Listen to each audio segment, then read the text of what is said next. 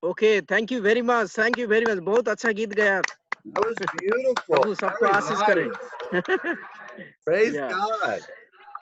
praise the Lord. So, without delaying, so I just want to introduce our Dr. Danny to all of you. We have a Dr. Danny. He's from America. He's a wonderful Bible teacher. He's a pastor and he's an evangelist. And he goes here and there. वो बहुत जगह जाके प्रभु का सेवा करता है. विशेष वो बहुत अच्छा से प्रभु का वचन को प्रचार करते हैं. So we welcome you, Dr. Danny, in the name of our Lord and Savior Jesus Christ. And this is the time for you. Maybe we will go up to 1 hour. You can take 1 hour. It's 9 o'clock, so we can go up to 10. So this Okay. is the time for you, sir. Okay. Wonderful. Thank you so much. I'm so excited to be with you all. मैं प्रभु को धन्यवाद देना चाहता हूं कि मैं आज आप सब लोग के साथ मिलके प्रभु को महिमा हो. Thank you so much for coming. I'm so excited to see so many of you from so many different countries, even countries I've never heard of. This is wonderful. मैं प्रभु को बहुत धन्यवाद देना चाहता हूं कि मैं आप लोग को जानता नहीं हूं, लेकिन आप सब लोग को बहुत सारा जगह से देखा, इसीलिए मैं बहुत खुश हूं. I'm so blessed to find out Amen. that I have wonderful brothers and sisters all over the world in so many different nations. It really thrills my heart. It makes me very happy. So मैं बहुत ही धन्यवाद देना चाहता हूं परमेश्वर को. बहुत सारा भाई बहन पूरा दुनिया के लोगों से मिलके मैं बहुत धन्यवाद देना चाहता हूं. It's very encouraging to me right now. You're such a blessing to me because in the country where I am, it's very bad. There's a very bad persecution beginning against Christians. मैं जिस जगह में हूँ उस जगह में Christian के विरुद्ध बहुत बड़ा प्रोसिक्यूशन शुरू हो रहा है. We are at the center of, I believe, Satan's plan to try to enslave the world and bring them into this beast system that the book of Revelation talks about. मैं जैसे book of प्रकाशित वाक्य में कहा गया है कि एक शैतान का चिन्ह के बारे में इसी तरह का चीज हमारे देश में हो रहा है. People are very afraid here. They don't know what's coming. They've never had this type of persecution, whereas you folks, I believe you're more prepared for what's coming because you've already been living a difficult time to have your faith in your countries. तो हमको मालूम है कि आप लोग जहाँ रह रहे हैं वहाँ भी बहुत सारा मुसीबत का सामना करना पड़ रहा है. So I salute you and I honor you for standing in your faith against very difficult situations. And I ask you to please pray for the people here in the United States that the Lord would give them strength and courage and show them how to walk in a time of persecution. मैं आप सब लोग को salute करता हूं कि आप बहुत ही मुसीबत भरी जगह में प्रभु की सेवा कर रहे हो, और मैं आपको यही बोल रहा हूं कि आप कंटिन्यू प्रभु का सेवा में लगे रहिए बोल के. Amen. Very quickly before I start teaching, is there anyone here that has been on the calls with us before that would like to share a testimony about what they received on the calls? आप लोग में कोई है तो पिछले सप्ताह में आपने प्रभु के वचन से क्या सीखा, कुछ बताना चाह रहे हो? I know we have a lot of new people. Wonderful. आज हम लोग के पास बहुत सारा नया लोग हैं, ये बहुत ही खुश की बात है.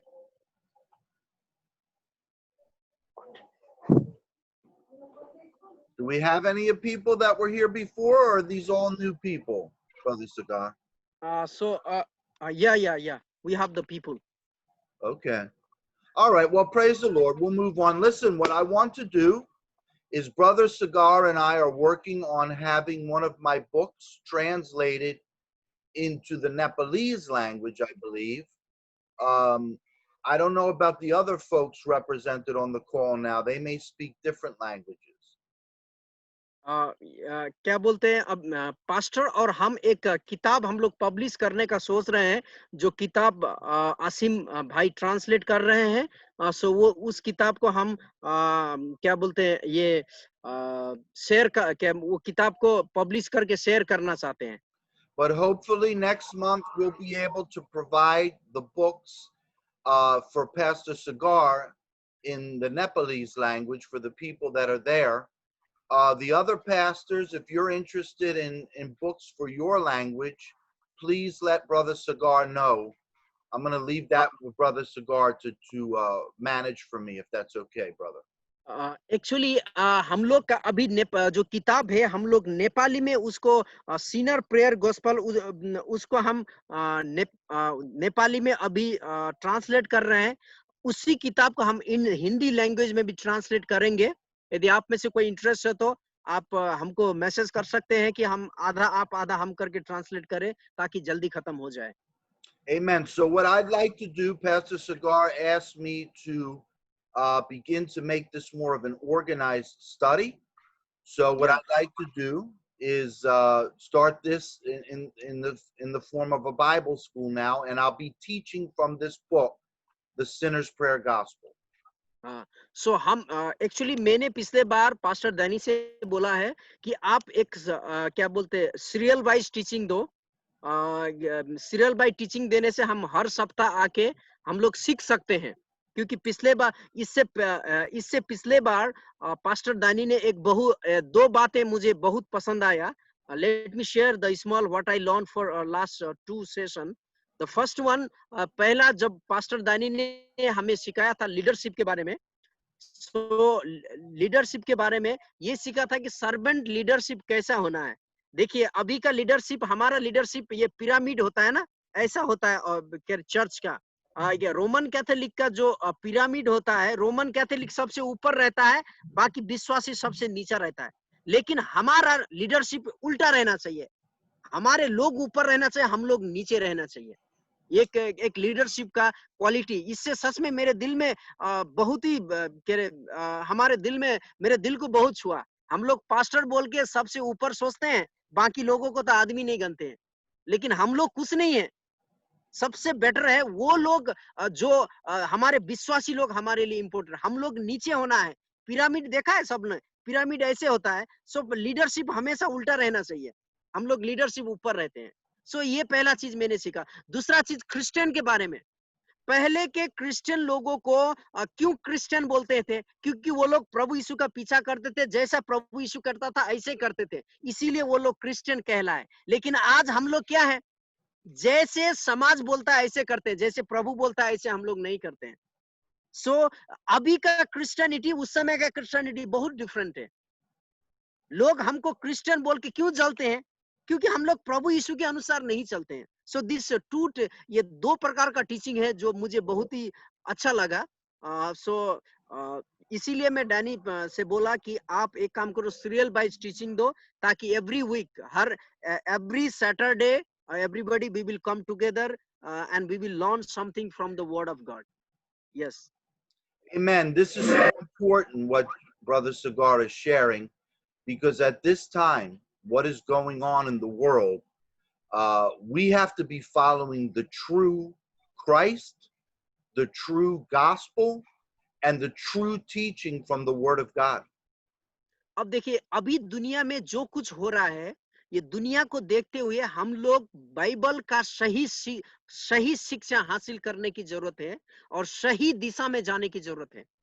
Because there is a great deception in the earth now. And those who are following the system, listen to my words, those who are following the system of Christianity and the church are going to be caught up in this deception. अब देखिए अभी जो क्या है, बहुत सारे झूठा शिक्षा फैल रहा है.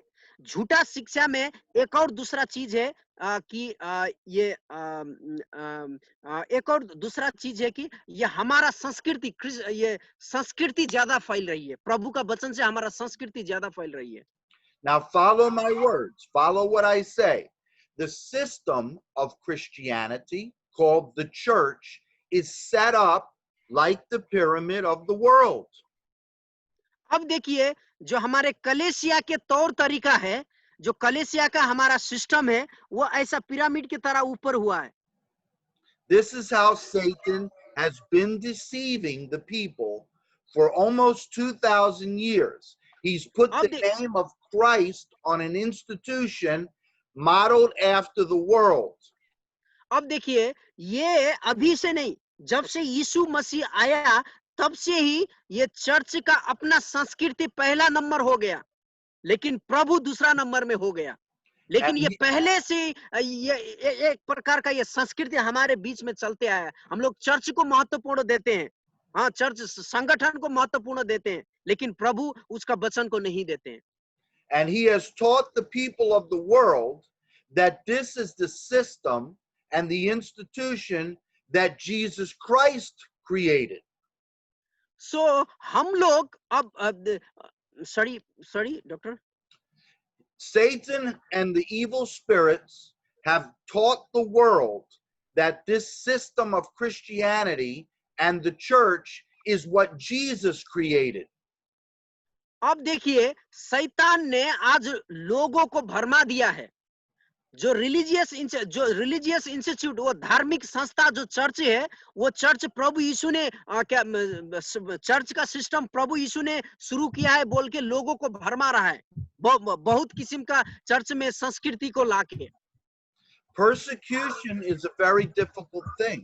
In other words, when Satan and his forces come directly against the Christians, directly against Christ.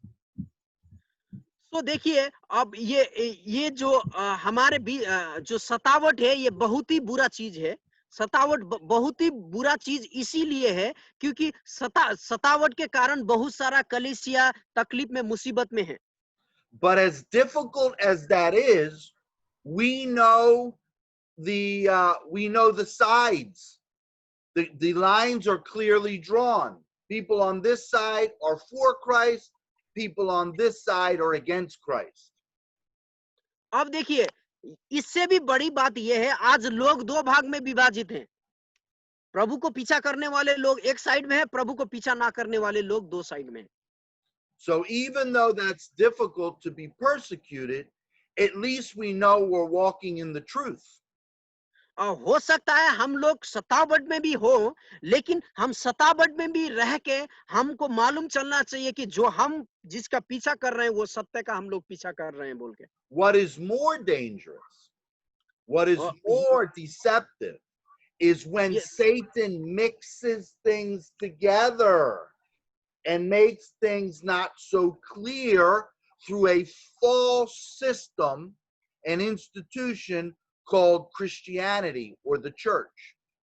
देखिए, सबसे खतरनाक बात यह है, आज हमारी जो कलीसिया है, हमारी कलीसिया प्रभु यीशु ने बनाया कि जैसी कलीसिया नहीं है। यहाँ झूठा शिक्षा है। हमारी कलीसिया एक धार्मिक संस्थान बन चुकी है जहाँ नियम कानून ये सब ज्यादा महत्व दिया जाता है। There is much talk among Christians and in the churches for the last few decades about Antichrist or the Antichrist. अब बहुत सालों से ये क्रिश्चियन और चर्च में एक बहस छिड़ी है। वो बहस क्या है, मतलब एंटी क्राइस्ट के बारे में। आप सब लोग जानते हैं, मसीह विरोधी के बारे में एक बहस छिड़ी है। But in the original language of the Greek, the prefix anti or anti from Antichrist has two meanings. अब देखिए, यदि ग्रीक और Hebrew, Greek, did you understand? Yeah. The beginning of the word Antichrist, anti has two meanings. अब देखिए Greek भाषा के अनुसार जो एंटा जो हम लोग मसीह विरोधी बोलते हैं उसको अंग्रेजी में एंटा क्राइस्ट बोलते हैं। एंटी का मतलब दो होता है। The first meaning is like the persecution that I spoke of, to पहला come against Christ. पहला उसका मतलब है कि सतावट जो प्रभु के लोगों को विरुद्ध आती है। Again, that's clear. That's easy to recognize. Like right now in China, the government is telling the Christians, only the Christians, the government is telling the Christians, if they don't renounce Christ, they can't get their money from the state. अब देखिए ये जो इसको हम आसानी भाषा में ये समझ सकते हैं कि ये सतावट क्या है। जैसे अभी चाइना में हो रहा है। चाइना में क्रिश्चियन लोगों को यदि वो लोग अपना विश्वास को नहीं त्यागेंगे तो वो लोग अपने बैंक से रुपए भी नहीं निकाल पाएंगे बोल के चाइना के लोगों को ऐसा कानून बनाया है। Okay, so this is antichrist, coming against antichrist.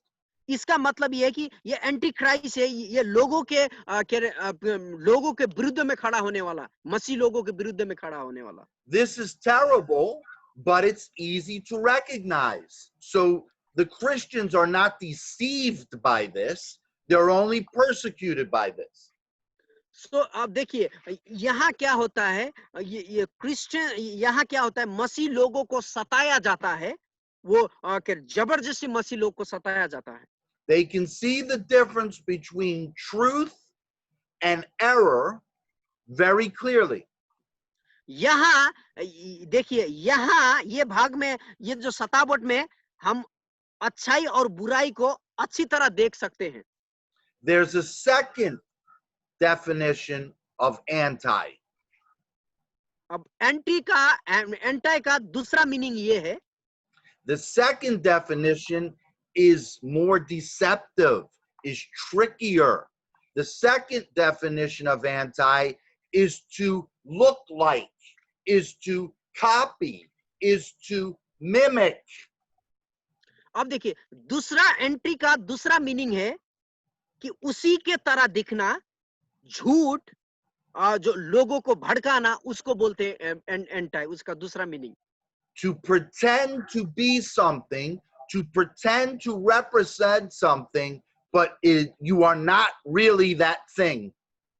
Okay so अब देखिए ये एंटी क्राइस्ट में एंटी का दो मतलब समझाया।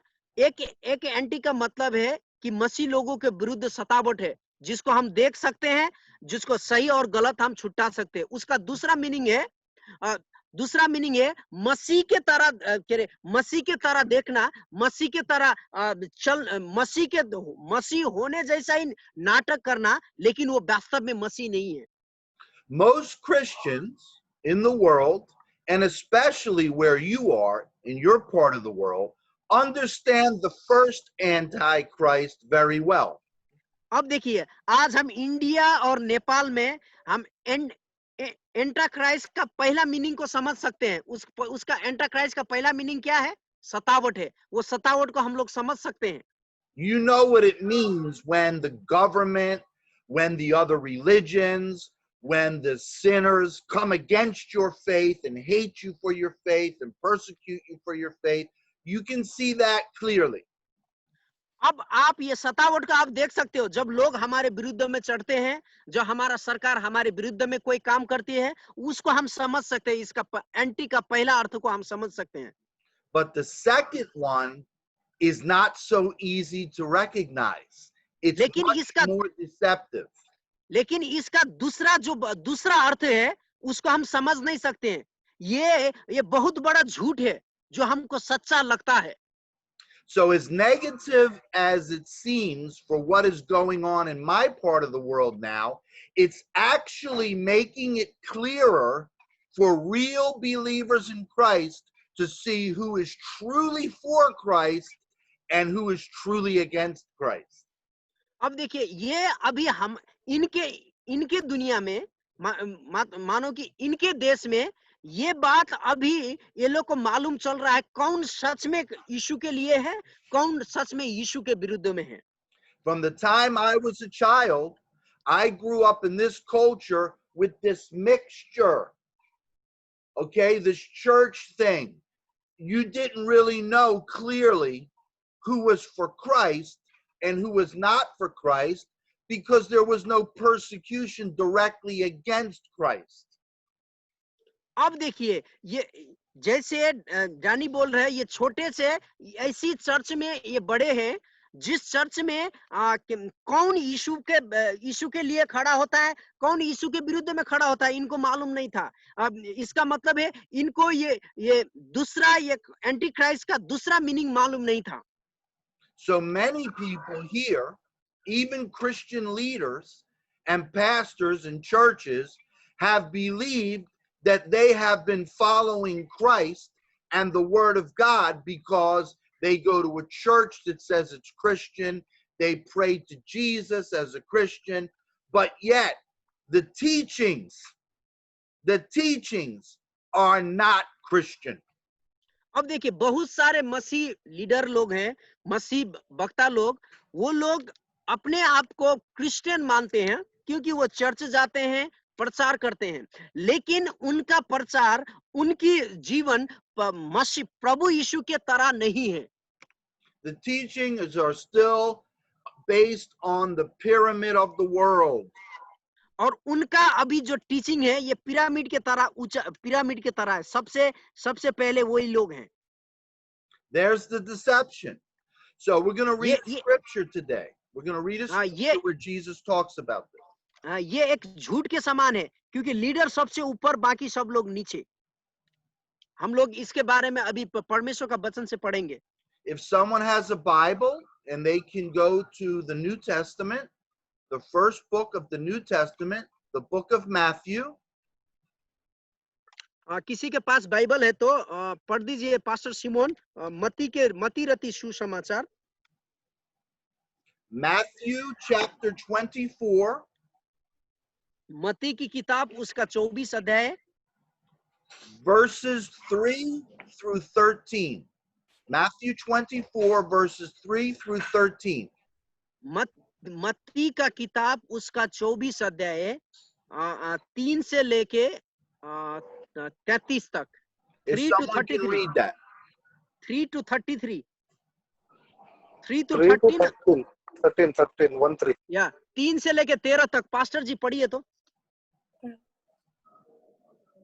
जब वह जैतून पहाड़ पर बैठा था तो चेले ने एकांत में उसके पास आकर कहा, हमें बता कि ये बातें कब होगी, तेरे आने का और जगत के अंत का क्या चिन्ह होगा। यीशु ने उनको उत्तर दिया, ये सावधान रहो, कोई तुम्हें ना भरमाने पाए, क्योंकि बहुत से ऐसे होंगे जो मेरे नाम से आकर कहेंगे मैं मसीह हूँ, और बहुतों को भरमाएंगे। तुम लड़ाइयों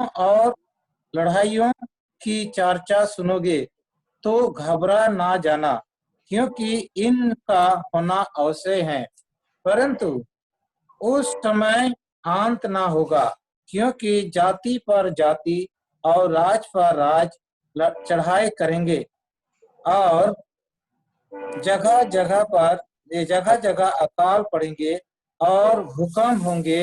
ये सब बातें पीढ़ाओं का आरंभ होगी। तब वे क्लेश देने के लिए तुम्हें पकड़वाएंगे और तुम्हें मार डालेंगे, और मेरे नाम के कारण सब जातियों के लोग तुमसे बैर रखेंगे। ये तब बहुत से ठक्कर खाएंगे और एक दूसरे को पकड़वाएंगे और एक दूसरे से बैर रखेंगे। ये बहुत से झूठे भविष्यवक्ता उठ खड़े होंगे और बहुतों को भरमाएंगे, और अधर्म को बढ़ने से बहुत का प्रेम ठंडा पड़ जाएगा। परंतु जो अंत तक धीरज धरे रहेगा उसी का उद्धार होगा। परमेश्वर इस वचन को पढ़ जाने से आशीष दे। Amen? So the background to this is that Jesus's close followers at the time that Jesus was on the earth came to him and asked him the question, what are the signs that we are in the end of the age and that you will be returning?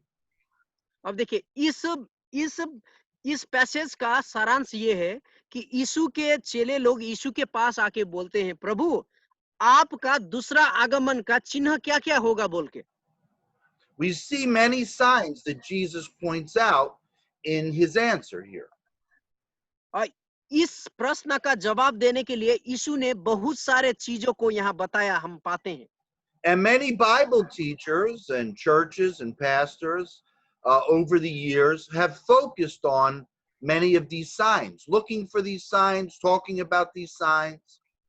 बहुत सारे pastors leaders लोग ये चिन्ह के बारे में वो लोग बातचीत किए हैं और ये चिन्ह के बारे में वो लोग डिस्कस करते आए हैं। Yeah, they've preached and they've taught about nation rising against nation, kingdom against kingdom, earthquakes, disasters in the world, diseases, the different signs in the heavens. They've talked about these signs a lot in the church. अब वो pastor लोग ने ये जो प्राकृतिक प्रकोप है, बीमारियां, ये भूकंप और ये क्या सुनामी, ये सब के बारे में वो लोग ने बहुत बार हमारे कलीसिया में हमारे बीच में प्रचार किया। And these are important. Jesus gave us these signs so we could know some of the signs of when his coming is. But what sticks out to me is what Jesus saw as most important. अब देखिए ये बहुत ही महत्वपूर्ण बातें हैं कि जो science चिन्ह यीशु ने बताया, ये बारे में लोगों को बताना चाहिए। He begins his answer with it and he ends his answer with it. He gives the other signs in between, but he begins his answer and ends his answer with what I believe he thinks is most important for his followers to know. अब देखिए यहाँ एक बात समझ में आई है, यीशु इन्हीं चिन्ह के द्वारा शुरू करता है, इन्हीं चिन्ह के द्वारा खत्म करता है, लेकिन यीशु यहाँ बीच में अपने चेले लोगों को कुछ बातें जानने के लिए यीशु चाहता है। He says in verse 4, वो 4 पद में ऐसा कहता है, be careful that no one misleads you, deceiving you and leading you into error. या 4 पद में ऐसा बोलता है कि पढ़िए तो पास्टर, 4 पद में क्या लिखा है? सिमोन पास्टर, हाँ बंधन पढ़ो। Did you understand? यीशु ने उनको उत्तर दिया, सावधान रहो कोई तुम्हें ना भरमाने पाएगा।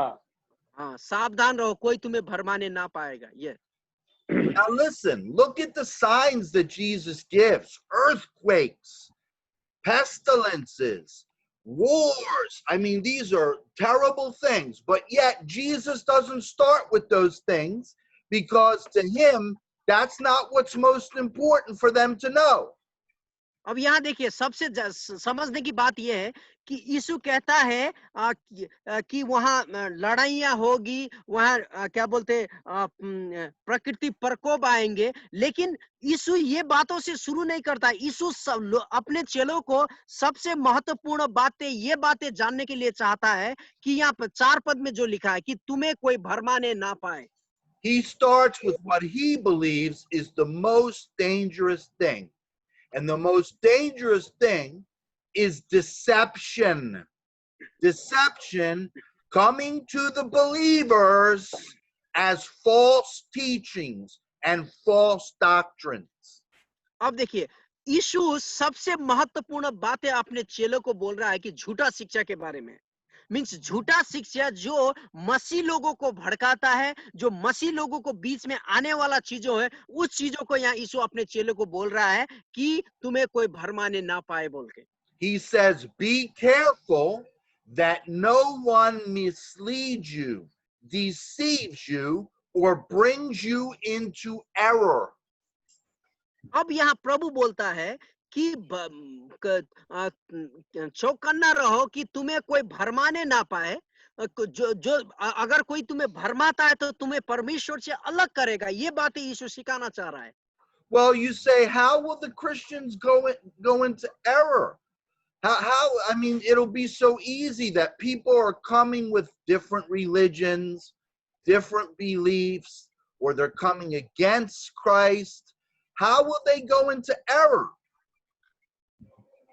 अब आप सोच रहे होंगे कैसे मसीह लोग गलत रास्ते में जा सकते हैं, कैसे मसीह लोग गलत कर सकते हैं, क्योंकि दूसरे लोगों के, दूसरे धर्म के लोग हमारे धर्म में विश्वास करके, हमारे यीशु में विश्वास करके चर्च में आते हैं, तो हम कैसे गलत रास्ता में जा सकते हैं? आप ये सोच सकते हो। Won't it be easy to tell the difference? That those who are in error, who are against Christ, will not be in the Christian church. हम ये बहुत ही आसान है ना बोलने के लिए। जो लोग गलत हैं वो लोग मसीह नहीं है और वो लोग चर्च में होना नहीं चाहिए बोल के हम लोग ऐसा सोचते हैं। But here's the twist. Here's the twist. Let's look at verse 5. लेकिन यहाँ देखिए एक अचम्म की बात है, वो 5 पद में पढ़िए तो बंधन। क्योंकि बहुत से ऐसे होंगे जो मेरे नाम से आकर कहेंगे मैं मसीह हूँ और बहुतों को भरमाएंगे। आमीन। For many will come in my name, on the strength of my name, appropriating the name which belongs to me, saying, I am the Christ, the Messiah, and they will lead many astray. देखिए जैसे ये वचन में बोला है कि बहुत सारे लोग मेरे नाम में आएंगे, इसका मतलब बहुत सारे लोग मसीह बन के, मसीह जैसा होके दुनिया में आएंगे और प्रभु के लोगों को भटकाएंगे, बोलने वाला बात यहाँ लिखा है। This is the second definition of in Antichrist. They come saying, I am of Christ. I represent Christ. I believe Christ is the Messiah. अब देखिए ये एंट्रा क्राइस्ट का दूसरा मीनिंग है। आप लोग समझे, आज ये पास्टर ने 2 बातें बताया। एंटी का मतलब 2 बातें बताया। नंबर 1 है सतावट। एंटी का मतलब पहला है सतावट, दूसरा एंटी का मतलब है कि ये भरमाना, लोगों को भरमाना। Yes. They will come as Jesus called them wolves in sheep's clothing.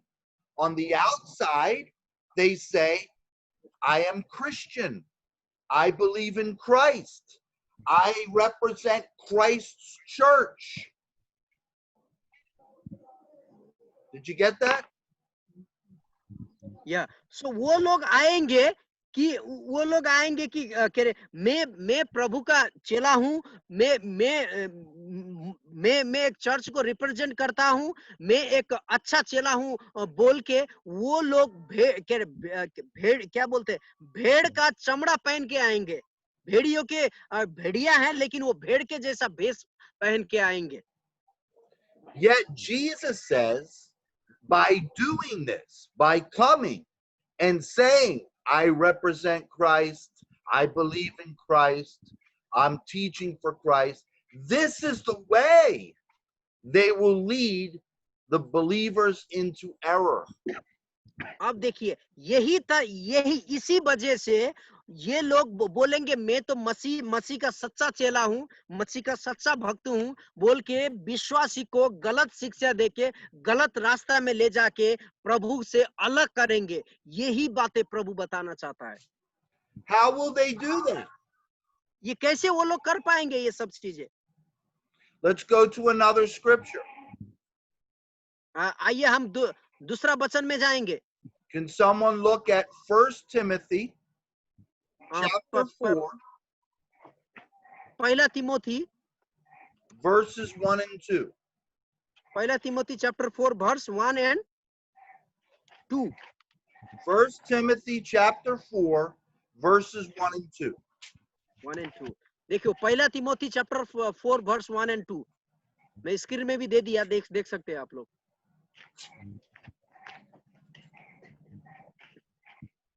कोई एक आदमी पढ़ो। पहला तिमोथी 4 का 1 और 2, 4 अध्याय। 1 और 2। परंतु आत्मा स्पष्टता से कहता है कि आने वाले समय में कितने लोग भरमाने वाली आत्माओं और दुष्ट आत्माओं की शिक्षाओं पर मन लगाकर शिक्षा से बहक जाएंगे। यह उन झूठे मनुष्य के कपट के कारण होगा जिनका विवेक मानो जलते हुए लोहे के दाग लगा है। आमीन। Now, brother, go to 2 Timothy chapter 4. अब जाइए दूसरा तिमोथी 4 अध्याय and read verses 2 and 3. 2 और 3। 2 Timothy 4, verses 2 and 3. वचन का प्रचार कर समय और असमय तैयार रह, सब प्रकार की सहनशीलता और शिक्षा के साथ उल्लाहना दे और डाह और समझा, क्योंकि ऐसा समय आएगा जब लोग खरा उपदेश न सह सकेंगे, पर कानों की खुजली के कारण अपनी भविष्यवाणियों के अनुसार अपने लिए बहुत से उपदेश बटेर लेंगे। Amen. So what are these scriptures saying? And ये who are वचन these क्या scriptures ये speaking वचन to? क्या हमको सिखाती है? Who Sorry? are these scriptures speaking to? ये जो वचन है किसके बारे में बात कर रहा है? Is the apostle speaking to the sinners, the people of the world? Is that who the scriptures were written for?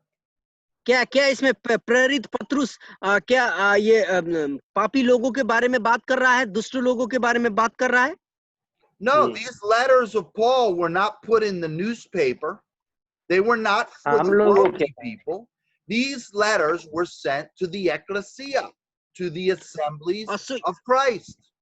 ये पत्री किसी लोगों के लिए नहीं है, ये पत्री कलीसिया के एक्लेसिया के लिए है, ये कलीसिया के लिए है। Why were they not sent to the world? ये पत्री क्यों दुनिया को नहीं भेजा? क्योंकि ये दुनिया के लिए नहीं था, ये पत्री चर्च कलीसिया के लिए था, इसीलिए कलीसिया को भेजा है। Well, what does 1 Timothy 4 say? It says, many shall depart from the faith. या पहला तिमोथी 4 में क्या बोलता है? बहुत सारे लोग अपने विश्वास से भटक जाएंगे बोल के। People in the world have not come to the faith. So how can they depart from the faith? अब देखिए, जहां दुनिया के लोग प्रभु को विश्वास ही नहीं किए हैं, तो कैसे जो विश्वास में लोग हैं परमेश्वर का विश्वास से भटक जाएंगे? Have you ever thought about that? People from other religions or atheists that don't believe in God, and so they've never embraced the faith. So how can they depart from something they never had? अब देखिए, जो दूसरे विश्वास के लोग प्रभु को पाए नहीं हैं, लेकिन जो ऑलरेडी विश्वास में, वो कैसे विश्वास से भटक जाएंगे? In 2 Timothy it says that they will no longer endure sound doctrine. दूसरा तिमोथी इसलिए बात कर रहा है क्योंकि वो विश्वास से भटक जाएंगे, क्योंकि उन लोगों के पास अच्छी बाइबल की शिक्षा नहीं है। Well, people in the world and people from other religions have never been in sound doctrine. So दुनिया के लोग जो हैं, जो लोग हैं, वो लोग के पास परमेश्वर का अच्छा सही शिक्षा नहीं है, जिसके कारण वो लोग भटक जाएंगे।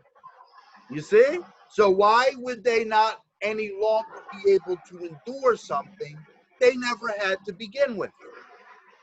So क्यों how could they stop listening to something they never listened to begin with? अब देखिए, वो लोग कैसे ये I confused. How can people stop following something they never followed to begin with? Okay, कैसे लोग कैसे लोग उन बातों का पीछा करेंगे जिस बातों को वो लोग कभी उसका पीछा नहीं किए। They never believed to begin with. They never followed to begin with. So how could they depart from that? How could they stop enduring that? सो जो बातें वो लोग ने कभी सुना नहीं है, जो बातें का कभी वो लोग पीछा नहीं किया है, वो लोग कैसे उस बातें का पीछा कर पाएंगे। So this warning is not given to the world. This warning is not given to people of other religions. सो ये दुनिया इसीलिए ये पत्रियां है, बाइबल में पत्रियां है, इसीलिए ये दुनिया को नहीं दिया गया है और ये दुनिया के लिए नहीं है। Notice that Jesus says, many shall come in my name. यहाँ यीशु इसीलिए कहता है बहुत सारे लोग मेरे नाम से आएंगे। They will come in my name, saying they belong to me, saying I sent them, saying that they are teaching what I teach, but they will lead many astray. अब देखिए यहाँ यीशु बोलता है बहुत सारे लोग मेरे भेष में आएंगे, वो लोग मेरे हैं बोल के मेरे हैं बोल के बोलेंगे, मेरा वचन को सिखाएंगे, वही लोग बहुत सारे विश्वासी को विश्वास से भटकाएंगे। If they come in the name of another religion, if they come in the name of another prophet, if they come in the name of another God, they're not coming in Christ's name. अब देखिए यदि वो और दूसरा धर्म के नाम से आएंगे, दूसरा धर्म के लोगों के नाम से आएंगे, तो वो लोग प्रभु का विश्वासी को भड़का नहीं सकते हैं। And Christ's people will not be deceived because they will recognize, okay, he's talking about Allah, he's talking about Muhammad, he's talking about Buddha, he's talking about Shiva, he's talking about Brahma, he's talking about Hinduism. अब देखिए जैसे दूसरा धर्म के लोग यदि आएंगे तो मसीह लोग आसानी से पहचान लेंगे, क्यों आसानी से पहचान लेंगे, क्यों कि वो लोग क्या बोलते हैं दूसरे धर्म के धर्म का धर्म गुरु के नाम से आए हैं बोल के। This is not very tricky. Christians can see this right away. क्योंकि मसीह लोग इसको जान सकते हैं और मसीह लोग इसको पहचान सकते हैं। But when the Pope comes, for instance, when the Pope comes, or some other high official who says, I represent the Christian church, and teaches false things, it's not as easy to see through that. अब देखिए जैसे pope आके बोलेगा कि मैं एक church को represent करता हूं, अगर वो कुछ बातें को बताएगा तो ये बहुत आसान नहीं होगी उसका बातों को मना करना। Because they're coming on the authority of the name of Christ. क्योंकि वो लोग प्रभु यीशु की सामर्थ्य में आते हैं। And because they're coming on the authority of the name of Christ, the people say, well, he says he believes in Christ. What he's teaching me can't be wrong. Did you understand that? या यदि वो लोग प्रभु जैसे यदि वो लोग प्रभु के सामर्थ्य में आएंगे, प्रभु के नाम से आएंगे, तो लोगों को उनको इनकार करने में और पहचानने में थोड़ा दिक्कत आ जाएगी। He represents the church, and Jesus created the church. So if he's speaking in the name of Jesus and he's speaking in the name of the church, then he's with the right religion. अब देखिए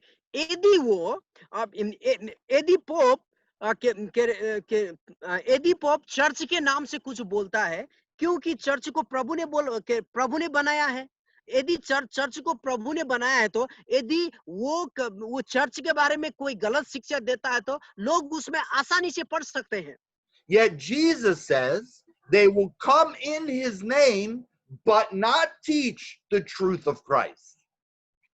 लेकिन यीशु कहता है कि वो लोग झूठे शिष्य यीशु के नाम में आएंगे, लेकिन सत्य का वचन को नहीं सिखाएंगे। And this is what these other scriptures describe. In the last days, many who call themselves Christians will depart from the faith, starting to teach doctrines of demons. सो देखिए बहुत सारे इसीलिए यीशु कहता है कि बहुत ये लोग आएंगे और बहुत लोगों को भरमा के ले जाएंगे और झूठा शिक्षा जो शैतान का शिक्षा है उसका पीछा करवाएंगे. Yes, so 1 Timothy 4 tells us that they will heed to seducing spirits, demons, in other words, and they will teach the doctrines of demons. सो पहला तिमोथी 4 अध्याय में बोलता है कि वो लोग झूठा शिक्षा को प्रचार करेंगे, झूठा शिक्षा को सिखाएंगे जो हम शैतानों का के शिक्षा कह सकते हैं. But again, how will this work? Won't the Christians recognize? Won't the Christians say, no, I don't want those false doctrines? लेकिन बात यहाँ है, मसीह लोग कैसे इसको पहचानेंगे, कैसे बोलेंगे ये झूठा शिक्षा है, इसको हम नहीं मानेंगे बोल के. Well, 2 Timothy 4 gives us that answer. लेकिन सेकंड तिमोथी का दूसरा तिमोथी का 4 अध्याय में हमको उसका उत्तर मिलता है. 2 Timothy 4 tells us it's not only that the false teachers want to teach the false things, but the people want to hear the false things because they like the false things. अब देखिए दूसरा तिमोथी का 4 अध्याय में ये बोल रहा है, ये झूठा शिक्षा आ रहे हैं झूठा चीज सिखाने के लिए नहीं, लेकिन लोग झूठा सुनना चाहते हैं, झूठा सीखना चाहते हैं, इसीलिए बोल के बोलता है. Because the false things are more appealing to the people.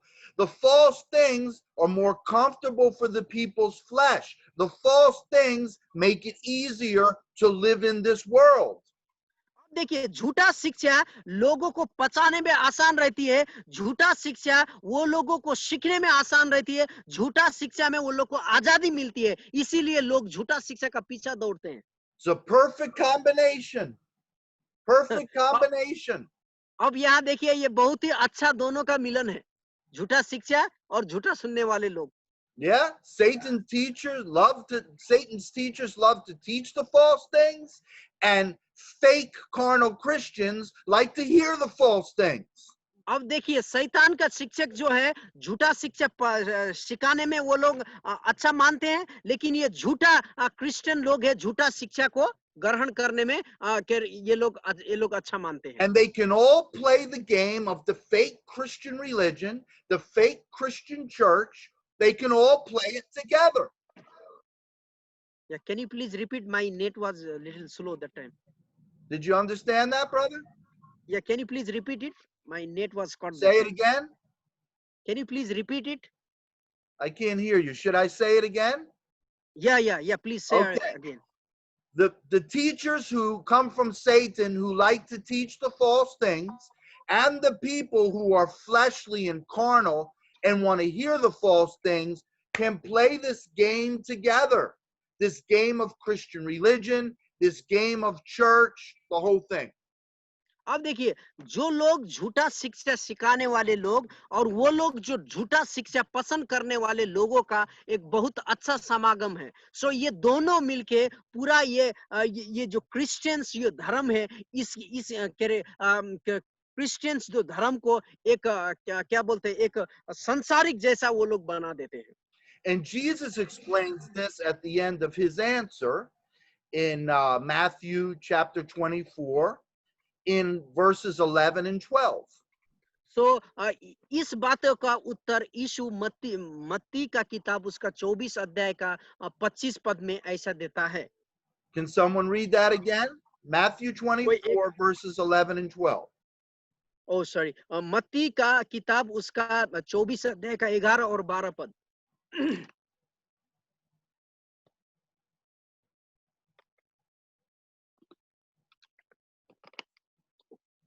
पढ़ेंगे जी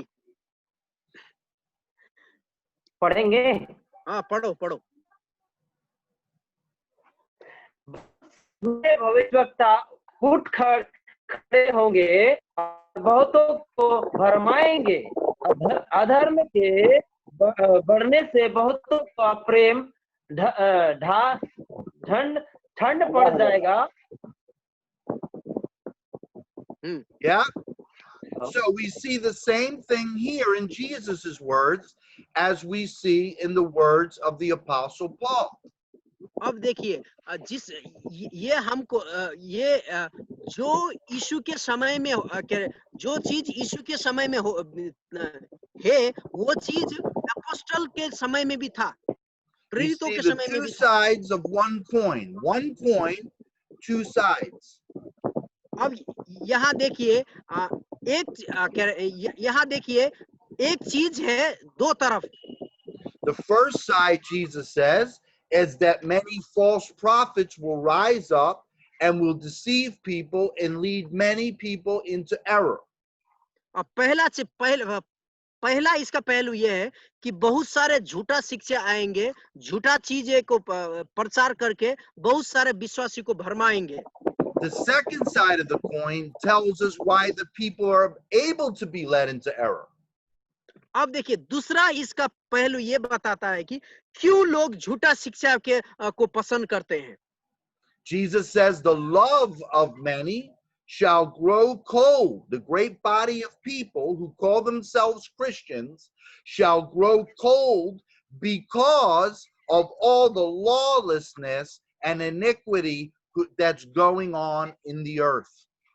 अब देखिए इसका उत्तर यीशु बोलता है क्योंकि लोगों का प्रेम सला के जा रहा है, लोगों का प्रेम सला के जाने के वजह से लोग अच्छी चीज को पकड़ नहीं सकते। There again, we have the combination. Satan's teachers in the church,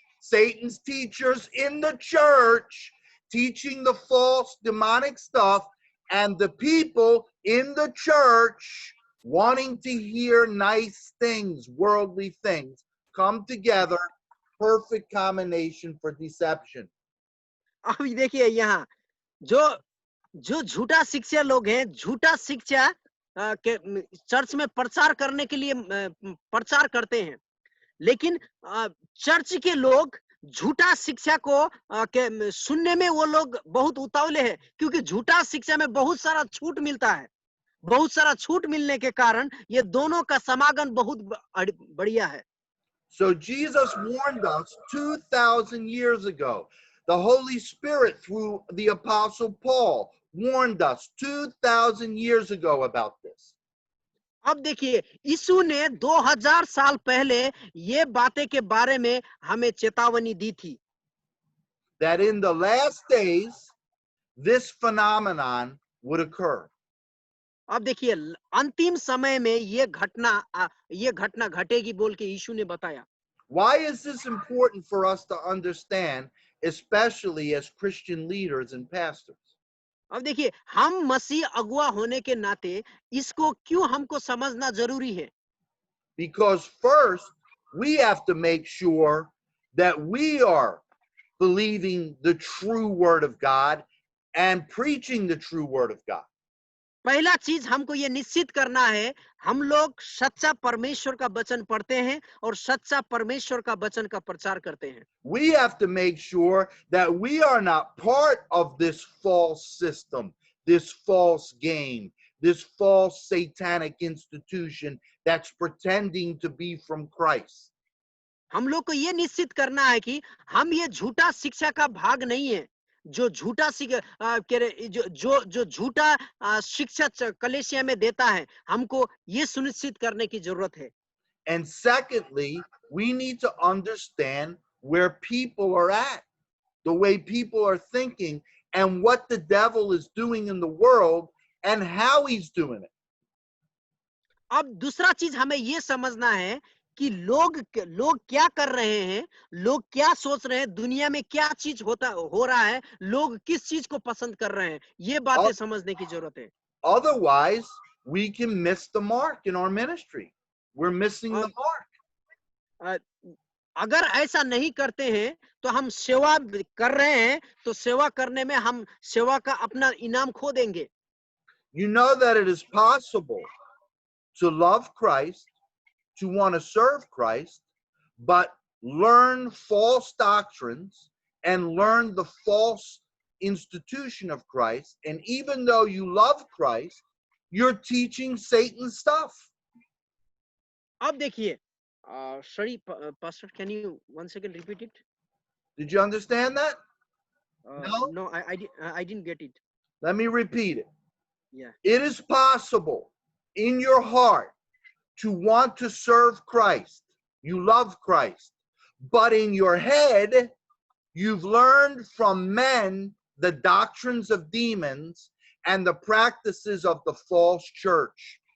अब देखिए, ये संभव है यदि आप परमेश्वर को प्रेम करते हो, परमेश्वर आपके दिल में है, परमेश्वर का सेवा करते हो, लेकिन आपके दिमाग में आदमी ने सिखाया हुआ शिक्षा है, आदमी ने सिखाया हुआ झूठ आपके दिमाग में है, तो आप अपने कलीसिया को गलत रास्ता में ले जा सकते हो। This is why the scripture tells us not only our hearts have to belong to Christ, but we must take on the mind of Christ. We must renew our minds. अब देखिए, इसीलिए बाइबल कहती है हमें ना केवल प्रभु को अपने दिल से मानना है, लेकिन पूरे दिमाग से ही प्रभु को मानने की जरूरत है।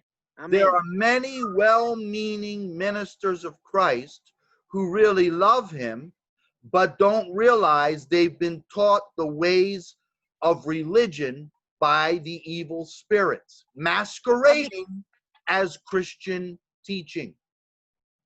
अब देखिए, वहां बहुत सारे प्रभु के सेवक हैं, वो लोग प्रभु को प्रेम करते हैं दिल से, लेकिन वो लोग ये अनुभव नहीं करते हैं कि वो लोगों को गलत शिक्षा प्रचार कर रहे हैं, लोगों को गलत रास्ता में ले जा रहे हैं। This is the hour. This is the hour यही समय right now that the Holy Spirit is calling his true people out of this false institution where all this false doctrine and teaching is occurring. अब देखिए, इसीलिए अभी के समय में पवित्र आत्मा लोगों को बुला रही है कि झूठा शिक्षा को छोड़ के परमेश्वर का सही शिक्षा का प्रचार करो, सही शिक्षा का पीछा लगो। The Holy Spirit is calling Christ real people back to the true word of Christ. आज पवित्र आत्मा परमेश्वर के लोगों को प्रभु यीशु के पास सच्चाई और धार्मिकता से फिर से जुड़ने के लिए पवित्र आत्मा कह रहा है। We'll end with this today. Revelation 18:4. Revelation chapter 18 verse 4.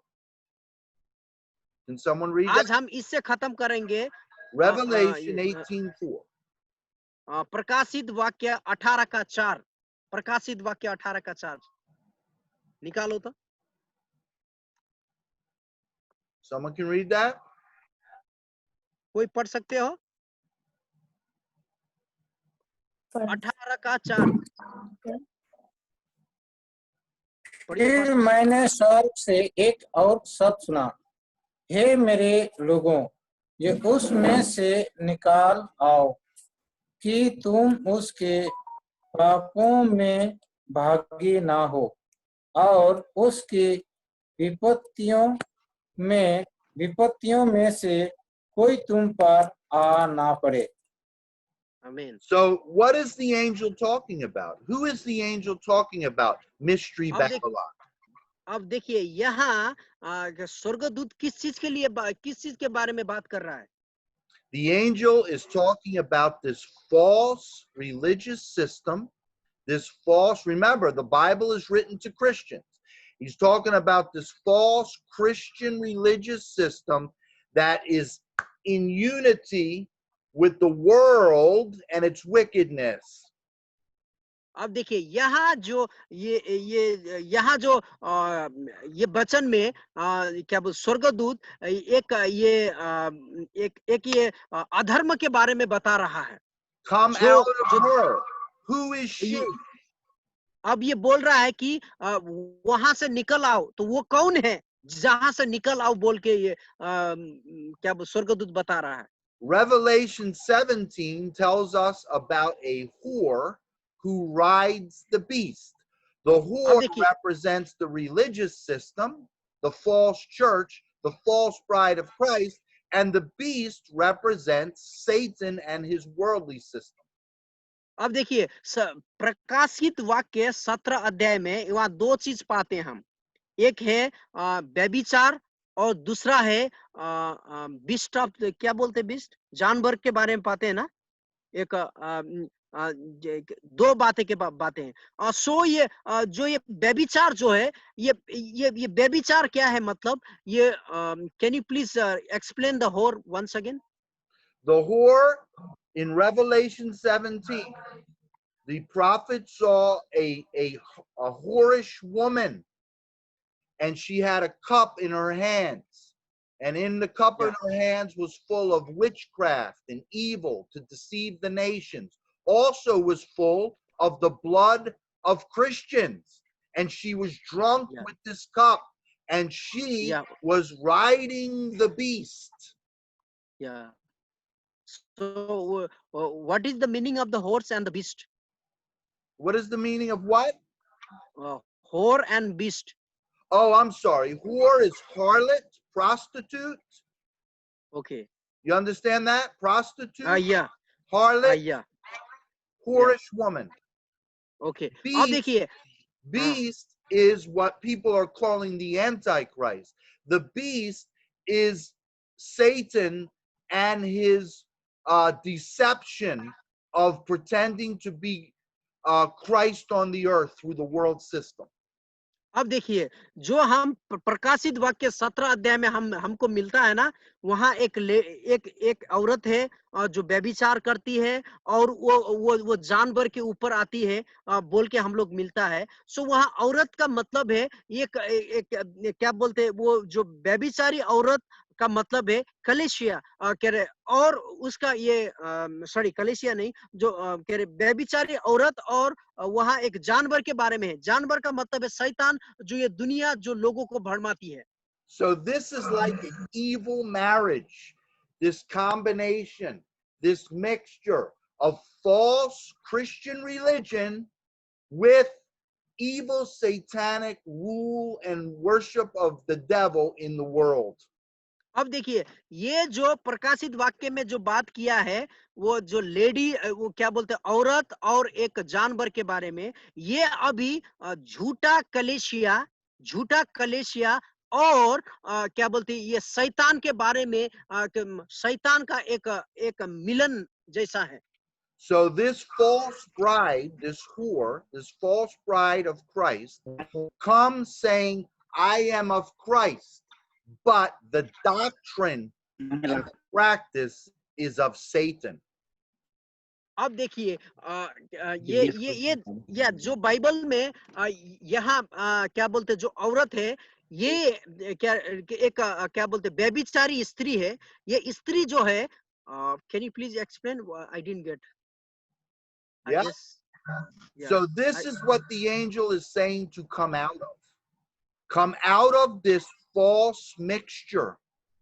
अब देखिए, यहाँ स्वर्गदूत कहता है कि ये झूठ से निकल के आ जाओ, जैसे ये क्या बोलते 18 अध्याय में जो हमने पढ़ा। The true bride of Christ, the ecclesia, those that are called out of the world through Christ, need to come out of the false system of the religion of Christianity. अब देखिए, यहाँ एक बात ध्यान में सुनिए, जो सच्चा प्रभु यीशु की दुल्हन है, वो ये जो ये धार्मिक जो धार्मिक संगठन, जो धार्मिक तौर तरीकों से निकल के प्रभु यीशु का सच्चा शिक्षा में आने की जरूरत है। You understand? Do you क्या आपको समझ understand? आया? And those who stay under that false system and stay under that false teaching, because the people that are teaching it say they're Christian, are going to be deceived. That's what Jesus is warning about. अब ये याद देखिए, जो लोग Christian से, वो खुद ही एक मसीह लोगों से ही वो लोग कह रहे धोखा पाने वाले हैं। यही बातें यीशु वो हमें वहां सिखा रहा था, अपने चेलों को बता रहा था। Amen. So that's Amen. enough for today. We'll go more next week. I want you to think about that and pray about that. Am I following the real Christ? Am I following the person of Christ, the Holy Spirit, the real Word of God, or am I believing because this is called Christian, this is called church, that these people are teaching the way of Christ? अब देखिए हमको ये समझने की जरूरत है आज, क्या मैं सच्चा प्रभु यीशु का वचन लेके चल रहा हूँ, सच्चा प्रभु यीशु का वचन सिखा रहा हूँ, या तो मैं ये रिलीजियस सिस्टम, या तो मैं ये धार्मिक संस्थाओं के तरह धर्म के क्या बोलते धर्म के रीति रिवाज लोगों को बता रहा हूँ। ये बात में गौर करने की जरूरत है। Because remember, Jesus is saying here, many, not just a few, not here and there, many shall come in my name, saying, I am Christ, and are coming to deceive you. अब यह यीशु बोलता है, मेरे नाम से बहुत सारे लोग आएंगे और वो लोग भरमाएंगे तुम्हें। How are we not going to be deceived? How can we not? हम लोग कैसे नहीं भरमाएंगे, कैसे हम झूठ में नहीं फंसेंगे? By coming to the true person of Christ, the true person of the Holy Spirit, and learning the true Word of God. सो जब हम परमेश्वर का सच्चा वचन पढ़ेंगे, पवित्र आत्मा के अगुवाई में रहेंगे, तो हम ये शैतान का झूठ में नहीं फंसेंगे। And measuring that true Word of God up against what others say is the Christian way. अब देखिए, जो सच्चा वचन है, वो जो क्रिश्चियन कहलाते हैं, उन लोगों से फर्क है, अलग है। And the more you really learn the true Word of God, and you come to know the true Christ and Holy Spirit personally, the more you're going to recognize the false Christ and the false church. जितना ज्यादा प्रभु का वचन पढ़ोगे, जितना ज्यादा आप प्रभु का वचन पढ़ोगे, उतना ज्यादा आप जानोगे कि कौन सच्चा है, कौन झूठा है बोल के, और उतना ज्यादा पवित्र आत्मा के साथ आपकी संगति बने रहेगी और आप मजबूत होगे। Amen. आमीन। Amen. I want to pray Amen. for you. Let me pray for you. Amen. Holy Spirit, in Jesus' name, Holy Spirit, in Jesus' name, I pray that you impart this understanding, impart this revelation, impart this truth to these precious servants of yours, that they will know the truth and they will follow you and you alone, and they will recognize the wiles of the devil and not follow his way. Even if the devil comes saying, I am a Christian, I'm the church. Lord, fill these servants of yours with yourself, Holy Spirit. Fill them with your anointing. Fill them in the spirit of wisdom and revelation, in the knowledge of you, Lord, that they would be solely and completely sold out to you and you alone, and there would be no open door for the devil to deceive them. I give you all praise and glory. I thank you for these precious brothers and sisters, and I bless them and their homes and their families and their assemblies in Jesus' name. Amen. Amen. Amen. Amen. Thank you very much, Dr. Danny, for the wonderful teaching. आज का वचन आप लोग ने समझा। Anti Christ का दो meaning बताया है। एंटी क्राइस्ट का दो meaning pastor Satish anti Christ का दो मीनिंग बताया है। पहला मीनिंग है कि जो लोग हमारे विरुद्ध में आते हैं, वो है। दूसरा मीनिंग ये है, जो लोग प्रभु के नाम से आते हैं, प्रभु के नाम से आने वाले लोग झूठा शिक्षा, जो विश्वासी को भड़का के लेके जाते हैं। सो एंटी क्राइस्ट का दो मीनिंग हमने आज समझा। सो इससे कैसे हमें बचना चाहिए? जब परमेश्वर का वचन हम अच्छे से जानेंगे, परमेश्वर का वचन ज्यादा से ज्यादा पढ़ेंगे, तभी हम ये दो चीजों से अपने आप को बचा सकते हैं और हमारे इस कलीसिया को भी बचा सकते हैं। और किसी को कुछ कहना है pastor ji? Does Amen. anyone have any questions, Pastor Cigar? Any questions before I go? क्या किसी के पास कुछ प्रश्न है? अगर पूछ सकते हैं ये बारे में। Any questions?